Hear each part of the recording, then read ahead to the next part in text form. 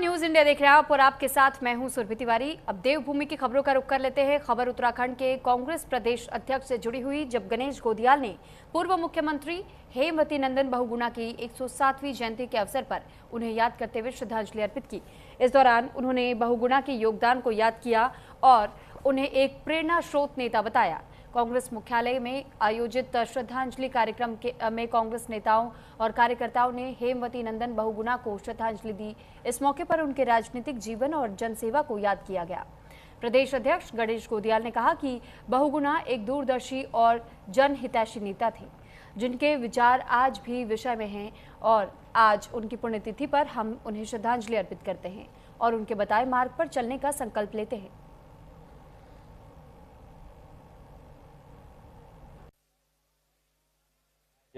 स्वर्गीय हेमवती नंदन बहुगुणा जी को हम सब लोगों ने याद किया। वो पहाड़ के वास्तविक रूप में सपूत थे।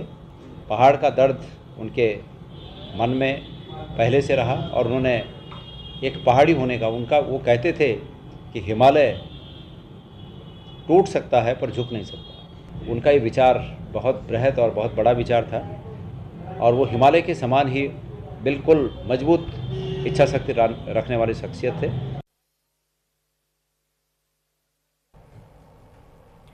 तो उत्तराखंड बोर्ड परीक्षा का रिजल्ट अब घोषित हो चुका है और इस बार हाई स्कूल में रामनगर एमपी इंटर कॉलेज के छात्र अक्षत गोपाल 98.20 अंकों के साथ टॉप किए हैं और जिससे कि परिवार में भी खुशी का माहौल बना हुआ है। वहीं बोर्ड परीक्षा में टॉप के बाद अक्षत गोपाल के घर पर बधाई देने वालों का तांता लगा हुआ है। हालांकि अक्षत गोपाल ने इस कामयाबी का श्रेय अपने माता पिता के साथ टीचरों को भी दिया।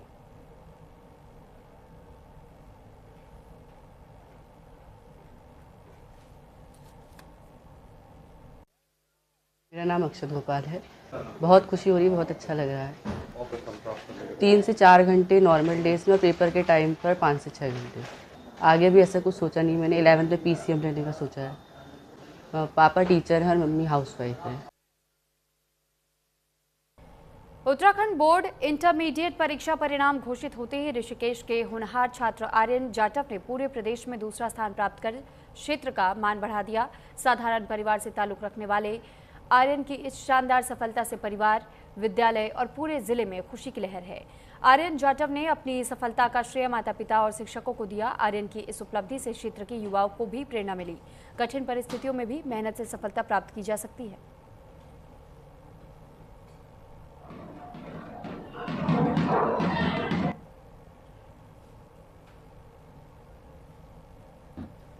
मेरा नाम आर्यन है और मैंने क्लास 12th मेरिट लिस्ट में 97.8% अंक प्राप्त किया और पूरे प्रदेश में सेकंड रैंक है। और आज मुझे बहुत अच्छा लग रहा है इस रैंक पर आकर के और सभी के लिए बहुत खुशी का दिन है। इसका श्रेय किसको देना चाहिए? इसका श्रेय मैं अपने पेरेंट्स के एफर्ट्स को, अपने टीचर्स के एफर्ट्स को, जिन्होंने पूरे 2 साल इस जर्नी में मेरा साथ दिया है, उन सभी को देना चाहूँगा। मुझे आज बहुत खुशी हो रही है। मेरे बेटे ने उत्तराखंड की वरीयता सूची में दूसरा स्थान प्राप्त किया है और इसका श्रेय मैं पूरा श्रेय इस विद्यालय के अध्यापकों को देना चाहूँगी, क्योंकि मेरा बच्चा एक बिल्कुल मध्यम मतलब साधारण बच्चों में से था, लेकिन 9th और 10th में यहाँ के टीचरों का इतना सहयोग रहा कि वो बहुत अच्छा बन पाया और पढ़ाई में बहुत अव्वल रहा। यहाँ के अध्यापकों ने बहुत उसे आगे बढ़ाया है। यहाँ के टीचरों का बहुत सहयोग रहा है। मैं पूरा श्रेय यहाँ के टीचरों को देना चाहूँगी और विद्यालय को देना चाहूँगी। सितारगंज के नगीना पैलेस में पूर्व विधायक नारायण पाल ने प्रेस कॉन्फ्रेंस की, जहां उन्होंने प्रेस कॉन्फ्रेंस कर कांग्रेस प्रदेश अध्यक्ष गणेश गोदियाल के कार्यक्रम को लेकर के जानकारी दी। पूर्व विधायक पाल ने बताया कि 26 अप्रैल को कांग्रेस प्रदेश अध्यक्ष गणेश गोदियाल पहली बार सितारगंज पहुंच रहे हैं और रविवार को जगह जगह गणेश गोदियाल का स्वागत भी किया गया। रुद्रपुर के बाद किच्छा, उसके बाद बरा और अमर रिजॉर्ट में कार्यकर्ताओं की ओर से भव्य स्वागत किया जाएगा। उसके बाद सितारगंज नगीना पैलेस पहुंचेंगे और यहां स्वागत कार्यक्रम के बाद पार्टी के बीएलओ की समीक्षा भी होगी।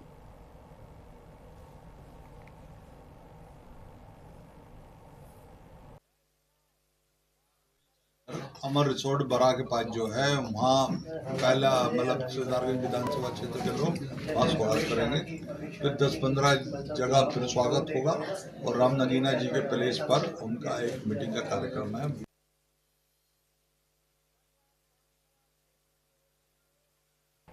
तो उत्तराखंड कांग्रेस के वरिष्ठ प्रदेश प्रवक्ता प्रतिमा सिंह ने बीजेपी के आंतरिक कलह और मुख्यमंत्री पुष्कर सिंह धामी की कार्यप्रणाली पर जोरदार प्रहार किया। जहां प्रतिमा सिंह ने कहा कि मुख्यमंत्री के रूप में धामी की छवि पिछले 4.5 साल में पूरी तरह विफल रही, जिसका परिणाम आगामी चुनाव में बीजेपी की करारी हार के रूप में सामने आएगा।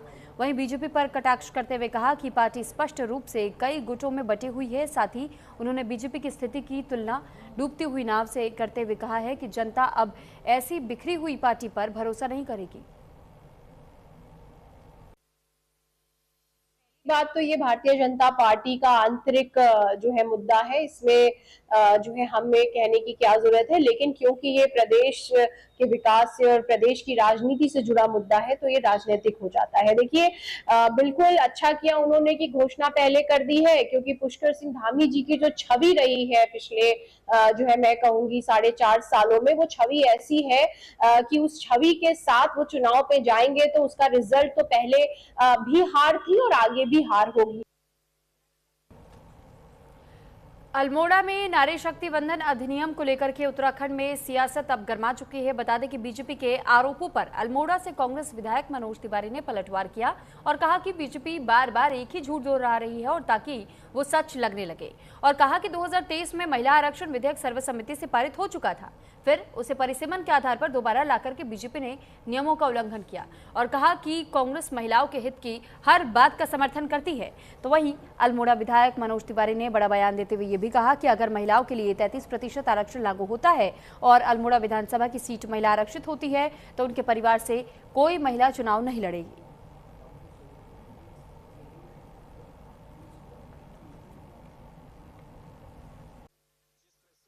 पूरे देश के अंदर भारतीय जनता पार्टी एक राग अलाप रही है कि कांग्रेस पार्टी और अन्य पार्टियों ने महिला आरक्षण विधेयक का विरोध किया है। हमारी पार्टी ने कभी भी इस महिला आरक्षण का विरोध नहीं किया है और हमेशा इसका समर्थन किया है। और इसका जीता जाता उदाहरण है कि जब 2010 में राज्यसभा में कांग्रेस ने इस विधेयक को पारित किया, वहां पर राज्यसभा में पूर्ण बहुमत था, लेकिन लोकसभा में विभिन्न घटक दल थे तो उस वजह से पारित नहीं कहता, तब भी हमने पारित किया। खबर चंपावत से, जहां मिडिल ईस्ट में चल रहे युद्ध के चलते डीजल पेट्रोल की किल्लत नजर आ रही है। बता दें कि लोहाघाट नगर में डीजल और पेट्रोल की किल्लत हो चुकी है और जिसके कारण दुपहिया 4 पहिया वाहन चालक परेशान हो रहे हैं। दरअसल पेट्रोल पंपों में डीजल और पेट्रोल भराने के लिए वाहनों की लंबी लंबी कतारें लगने लगी हैं। तो वहीं इंडियन ऑयल पेट्रोल पंप के प्रबंधक ने जानकारी देते हुए बताया कि पेट्रोल की सप्लाई कम होने से पेट्रोल की किल्लत बनी हुई है। हालांकि पूर्ति निरीक्षक चंद्रकला चतुर्वेदी की ओर से भारत पेट्रोलियम पंप का निरीक्षण कर स्टॉक की जांच की गई और पेट्रोल पंप प्रबंधक को जरूरी दिशा निर्देश दिए। फिलहाल लोगों ने प्रशासन से पेट्रोल पंपों में डीजल और पेट्रोल उपलब्ध कराने की मांग की है।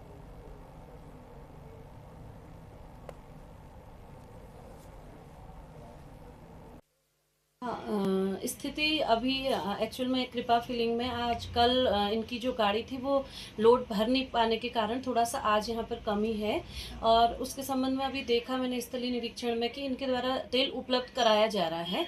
जैसे जो बड़े ये कैंटर वगैरह हैं, इनमें ये 3000 का तेल जो उनका पर्याप्त उनमें ईंधन आता है उसको ये दे रहे हैं। छोटी गाड़ियों में थोड़ा इन्होंने लिमिट तय की है क्योंकि इनके अभी प्लांट में वहाँ से उपलब्धता नहीं हो पा रही है। तो इनका जो यहाँ पे प्रतिनिधि बैठी हुई है मौजूद हैं, उन्होंने बताया है कि अगर गाड़ी प्लांट से भर जाती है तो फिर वापस से पुनः उसको सुचारू रूप से कर दिया जाएगा। देखिए ऐसा है, हमने भी सुना था कि तेल की किल्लत हो रही है, लेकिन हम जब यहाँ पर आए तो हमारे पास अपना 2 व्हीलर है तो उसमें कोई इतनी ज़्यादा दिक्कत नहीं है। तो 200 रुपये का तेल अभी हमने गाड़ी में, तो ऐसी कोई इतनी ज़्यादा दिक्कत देखने को नहीं आई है। अभी जैसा कि इनसे भी बात हुई है पेट्रोल पंप वालों से, इन्होंने भी कहा है कि इमरजेंसी में या कोई ऐसी दिक्कत वाली है तो उसमें कोई दिक्कत वाली बात नहीं है, उनको तेल भरपूर दिया जाएगा। इस तरह की अभी ये है लोहाघाट में 3 पेट्रोल पंप है, एक एचपीसी का, एक बीपीसी का, एक इंडियन ऑयल का है। एचपीसी बीपीसी में सप्लाई की प्रॉब्लम है, वो लोग तेल नहीं मंगा रहे। हमारे यहाँ पूरे इलाके की भीड़ लग जा रही है, इसलिए ये प्रॉब्लम है। और हमारी कंपनी की तरफ से कोई प्रॉब्लम नहीं है, आप आइए इंडियन ऑयल में तेल भराइए और जो भी होगा सबको समान मात्रा में और पूरा सहयोग के साथ दिया जाएगा। हमारे कंपनी की तरफ से, हमारे सेल्स ऑफिसर की तरफ से हमें हिदायत है, आप तेल बेचिए और कोई आपको प्रॉब्लम नहीं है तेल मंगाने में। सहयोग है हमारी तरफ। तो दिक्कत तो है, इसमें बहुत ज़्यादा दिक्कत है क्योंकि बीपीसी में और एचपीसी में तेल न होने की वजह से सारी पब्लिक का रुझान हमारे पंप की तरफ हो गया है, जिससे ये प्रॉब्लम। ये 2-3 दिन से लोहाघाट नगर में पेट्रोल और डीजल की थोड़ा परेशानी हो रही है। परेशानी का मुख्य कारण ये है कि यहाँ 3 पेट्रोल पंप है, जिसमें से 2 में पेट्रोल और डीजल उपलब्ध न होने के कारण तीसरे पेट्रोल पंप में थोड़ा भीड़ है। लेकिन ज़्यादा पैनिक होने की आवश्यकता नहीं है, क्योंकि पंप के मालिक उन्होंने हमें बताया कि आपातकालीन या इमरजेंसी में हम आपको पूरा तेल उपलब्ध कराएंगे। और मेरी भी पब्लिक से वो आग्रह है कि आप लोग पैनिक न होएं, और यहाँ पर व्यवस्था है, जो भी है व्यवस्था के लायक पेट्रोल और डीजल दिया जा रहा है। धन्यवाद। हरिद्वार में चारधाम यात्रा को देखते हुए खाद्य विभाग ने बड़ी कार्रवाई की, जहां जिला अधिकारी मयूर दीक्षित के निर्देश पर होटल, ढाबों और रेस्टोरेंट में लगातार छापेमारी की जा रही है। बहादुराबाद क्षेत्र में 14 ढाबों, होटलों का खाद्य सुरक्षा विभाग की टीम ने निरीक्षण किया। कई जगह फूड लाइसेंस और डिस्प्ले बोर्ड नहीं मिलने पर नोटिस जारी किया गया है। साथ ही नियमों के उल्लंघन पर कई ढाबों को नोटिस दिया गया। वहीं जिला खाद्य सुरक्षा अधिकारी महिमानंद जोशी ने कहा है कि यात्रियों और स्थितियों की सेहत की लापरवाही बिल्कुल बर्दाश्त नहीं की जाएगी।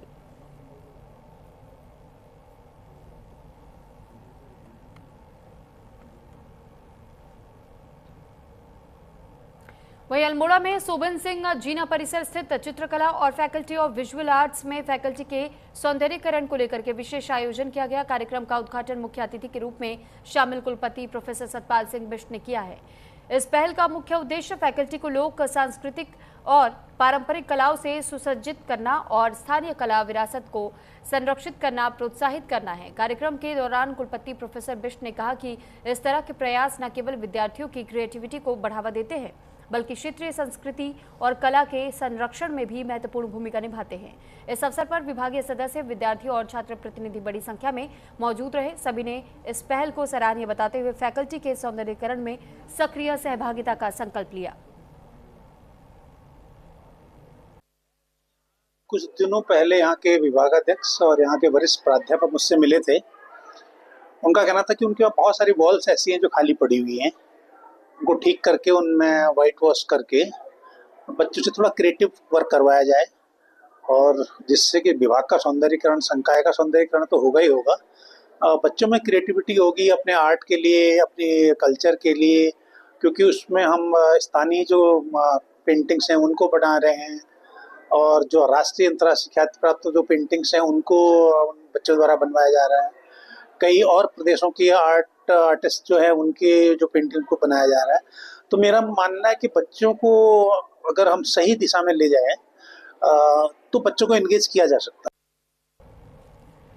ऋषिकेश में गौ सेवा को लेकर के देशव्यापी आंदोलन की रूपरेखा तैयार की जा रही है, जिसको लेकर के अभियान से जुड़े संतों ने प्रेस कॉन्फ्रेंस का आयोजन किया और बताया कि पिछले 6 माह से इस योजना पर काम चल रहा है। साथ ही बताया कि पहला चरण 27 फरवरी 2027 को होगा। इस दिन देश भर की सभी तहसीलों में एसडीएम के माध्यम से राष्ट्रपति, प्रधानमंत्री, राज्यपाल और मुख्यमंत्री के नाम ज्ञापन सौंपे जाएंगे। साथ ही उन्होंने ये भी कहा कि इस बार किसी व्यक्ति को नहीं बल्कि गाय और नंदी को अभियान का केंद्र बनाया गया। उनका मानना है कि जनमानस की आवाज पर सरकार को ठोस कदम उठाने होंगे।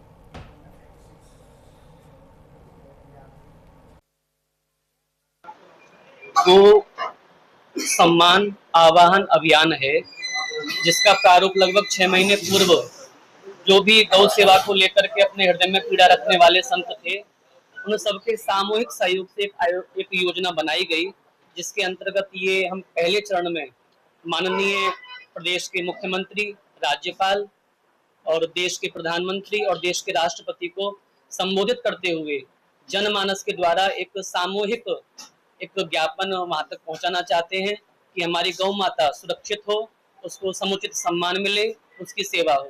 उसके लिए प्रथम चरण में 27 अप्रैल को निर्धारित किया गया है, जिस दिन अपनी अपनी तहसील के लोग जाकर के एसडीएम के माध्यम से ज्ञापन सौंपेंगे। ये अभियान जो हस्ताक्षर अभियान चल रहा है, 27 अप्रैल को हम सब साधु संत महात्मा गण यहाँ पर, और हमारे इस कार्यक्रम के एक राष्ट्रीय संत भी यहाँ पर रहने वाले हैं उपस्थित।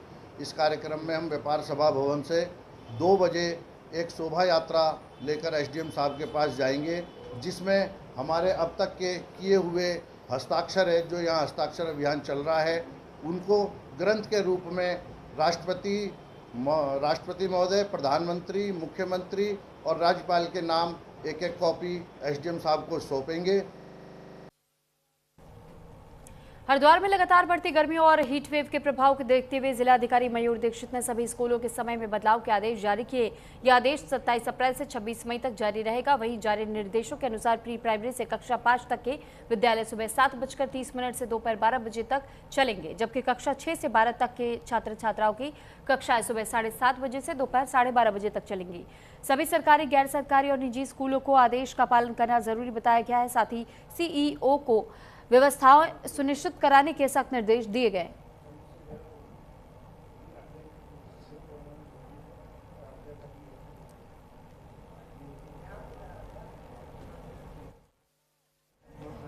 उत्तराखंड में पिछले कई दिनों से पड़ रही भीषण गर्मी ने लोगों को अब जीना मुश्किल कर दिया है। बच्चे और बुजुर्ग खासतौर पर प्रभावित है और वहीं भीषण गर्मी के चलते अस्पतालों में मरीजों की संख्या भी बढ़ती चली जा रही है।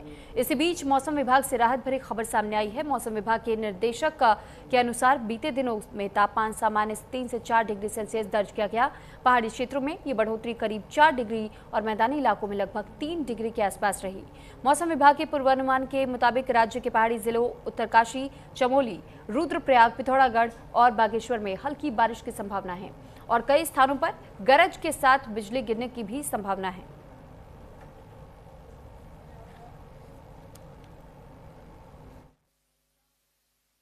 देखिए, पिछले 3 दिन में तापमान में बढ़ोतरी देखी गई है और ये अभी नॉर्मल से डिपार्चर जो है 3 से 4 डिग्री के बीच में वेरी होगी, जो कि पहाड़ी क्षेत्रों में थोड़ा सा ज़्यादा है, 4 डिग्री के आसपास है, जबकि मैदानी क्षेत्रों में 3 डिग्री के आसपास और इससे नीचे बने हुए हैं।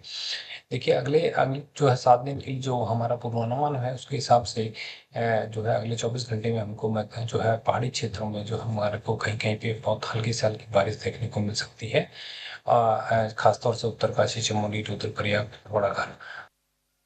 अप्रैल महीने में भीषण गर्मी का असर देखा जा रहा है। वहीं सितारगंज में अघोषित बिजली कटौती से नाराज पूर्व विधायक नारायण पाल ने अब मोर्चा खोल दिया। उन्होंने विद्युत विभाग के अधिकारियों पर भी तानाशाही का आरोप लगाया।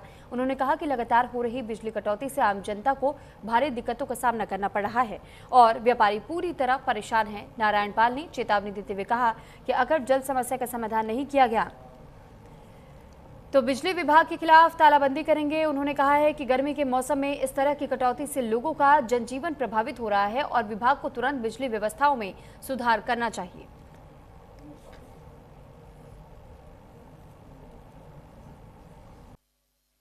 सबसे ज्यादा जुल्म अगर कर रहा है तो बिजली डिपार्टमेंट भी कर रहा है।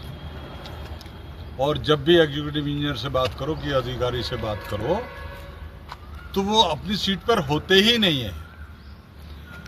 और ये जो ग्रामीण एरिया है इसमें फर्जी विजिलेंस की टीम भी भेजते रहते हैं, काल्पनिक बना के, और किसी का पंप चल रहा है, किसी की मशीन चल रही है, किसी का ट्यूबवेल चल रहा है, उस पर ये जुर्माना बहुत बहुत बड़ा डालते हैं। तो ये बिजली का डिपार्टमेंट जो है ये भ्रष्ट डिपार्टमेंट है, ये बेईमानों का समूह है। हम इससे बहुत ज़्यादा आहत हैं और ये परसों का कार्यक्रम हम लोग कर लें, उसके बाद उस पर ताला डाला जाएगा। हरिद्वार में चारधाम यात्रा और कांवड़ मेले को देखते हुए प्रशासन पूरी तरह अलर्ट मोड में नजर आ रहा है। बता दें कि जिलाधिकारी मयूर दीक्षित की अध्यक्षता में हुई सड़क सुरक्षा समिति की बैठक में अधिकारियों को साफ निर्देश दिया गया कि सितंबर तक सभी सड़कों को गड्ढा मुक्त किया जाए ताकि यात्रियों को किसी तरह की परेशानी न हो। साथ ही जिलाधिकारी ने भूपतवाला से बहादुराबाद तक सड़क मरम्मत कार्य को प्राथमिकता देने, ब्लैक स्पॉट चिन्हित कर उन्हें कम करने और प्रमुख स्थानों पर साइन बोर्ड लगाने के निर्देश भी दिए। साथ ही प्रशासन ने साफ किया है कि राष्ट्रीय राजमार्ग और अन्य सड़कों पर किसी भी तरह का अतिक्रमण बर्दाश्त नहीं किया जाएगा और उल्लंघन करने वाले पर तुरंत कार्रवाई की जाएगी। वहीं परिवहन विभाग के आंकड़ों के अनुसार साल 2026 के पहले 3 महीनों में हजारों चालान कर सख्त प्रवर्तन कार्रवाई भी की गई है।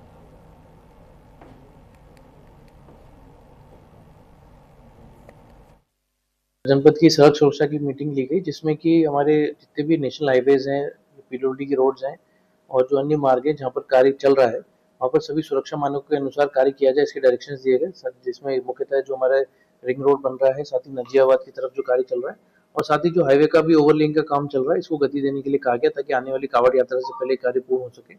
इसके अतिरिक्त 45 लाइटें हमें बताया गया है हाईवे पर जो अभी नहीं चल रही हैं, उनको रिपेयर करने के लिए बताया गया है। लास्ट मीटिंग में हमने डायरेक्शन दिए थे कि पूरी रोड का सर्वे कर लिया जाए, भूपतवाला से लेकर नारसन चेक पोस्ट तक। इसमें NH के द्वारा अवगत कराया गया कि कुछ लाइटें अभी खराब है, जिनको अगले 10 दिन में ठीक कर लिया जाएगा।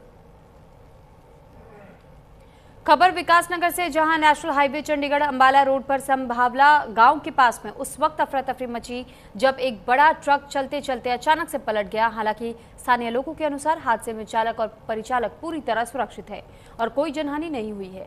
प्रारंभिक तौर पर हादसे की वजह चालक को आई नींद बताई जा रही है। फिलहाल ट्रक पलटने के बाद हाईवे पर यातायात बुरी तरह प्रभावित हुआ, जिससे कि राहगीरों और वाहन चालकों को भारी परेशानी का सामना करना पड़ा। तो वहीं प्रशासन की ओर से यातायात सुचारू करने के प्रयास जारी हैं।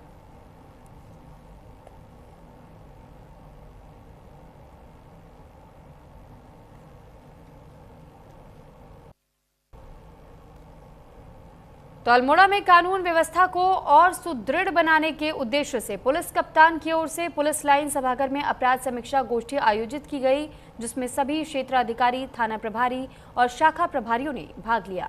तो वहीं बैठक के दौरान पुलिस कप्तान ने वांछित अपराधियों की गिरफ्तारी और कानून व्यवस्था की स्थिति की समीक्षा की है। साथ ही सभी अधिकारियों को अपने अपने क्षेत्र में पूरे जिम्मेदारी के साथ में कार्य करने, टीम भावना बनाए रखने और जनता का विश्वास जीतने की अपील की। अल्मोड़ा पुलिस के हमारे सभी थानाध्यक्ष, हमारे सभी राजपत्रित अधिकारियों के साथ मासिक अपराध समीक्षा गोष्ठी का आयोजन किया गया था। इसमें जो हमारी विवेचनाओं की स्थिति है, उसके संबंध में विवेचना में और सुधार और गति लाने के लिए निर्देश दिए गए हैं। मुख्यालय द्वारा चलाए गए ऑपरेशन प्रहार और सत्यापन के अभियानों की भी समीक्षा की गई और एक विजिबल पुलिसिंग करते हुए चेकिंग के भी विस्तृत सघन चेकिंग के निर्देश दिए गए हैं। और ऑपरेशन प्रहार के अंतर्गत जो हमारे फरार अपराधी है, इनामी अपराधी है, जो पुराने मुकदमे हैं, उनमें भी जो अपराधी वांछित है, उनके ऊपर भी गिरफ्तारी करने के निर्देश दिए गए हैं।